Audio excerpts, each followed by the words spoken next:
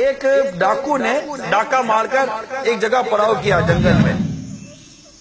دیکھا کہ ایک پرندہ ہرے بھرے درخت سے اڑتا ہے اور سوکھے درخت پہ جا کر بیٹھ رہا ہے. اس کو بڑی حیرت ہوئی کہ مسلسل یہ پرندہ کر کیا رہا ہے. اس نے جا کر دیکھا سوکھے درخت پر کہ کیا ہے کیا. تو دیکھا تو سوکھے درخت پر اتنا بڑا سانپ منہ کھولے بیٹھا ہوا ہے. دیکھا تو وہ اندھا ہے اور وہ پرندہ ہرے بھرے درخت پہ جاتا ہے, وہاں سے دانا چکتا ہے, اس سوکھے درخت پر آ کر اس اندھے سانپ کے منہ میں دانا ڈال رہا ہے.